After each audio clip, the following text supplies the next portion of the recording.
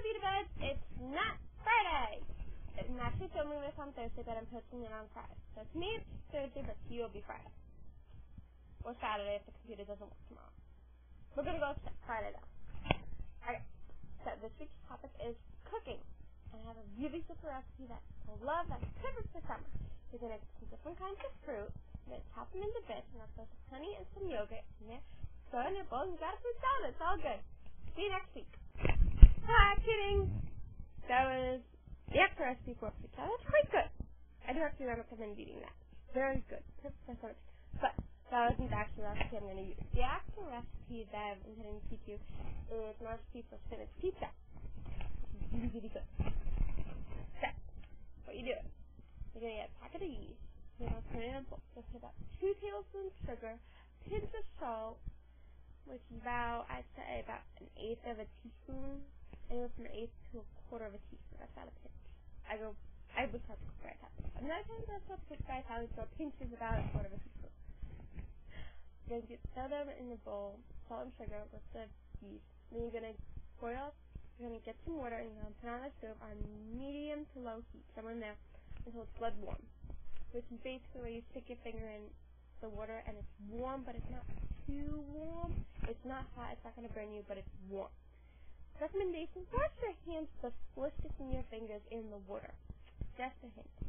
That's a good recommendation to go with. You're going to pour the water, when it's blood warm, about a cup into the yeast, sugar, and salt mixture. Then you're going to put about a cup of flour into the bowl with the yeast and the sugar and the salt and the water. You want just enough flour and that it doesn't stick to the edge of the bowl. You don't want to put too much in because then you'll have a mess. You don't want to put too little because then you'll have a mess. You want just enough that doesn't stick to the edge of the bowl. Also, good recommendation, when making bread, never, ever, ever use metal bowl or metal spoons. Use a wooden spoon or a plastic spoon and a ceramic bowl or a clay bowl or a wooden bowl. Never use metal.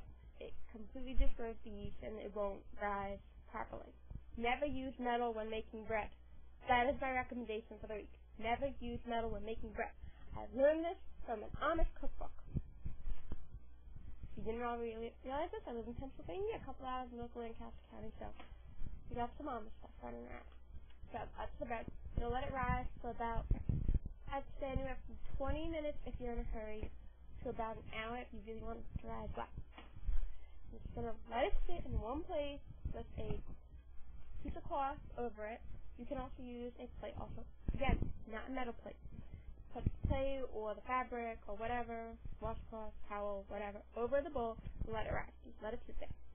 Then what you're going to do is you're going to get a pan, put it over medium heat, put some olive oil in it.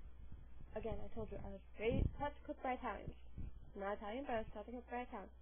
Throw some olive oil in the pan, chop up some onion, throw that in. I'd say about half of a large onion and a whole small onion.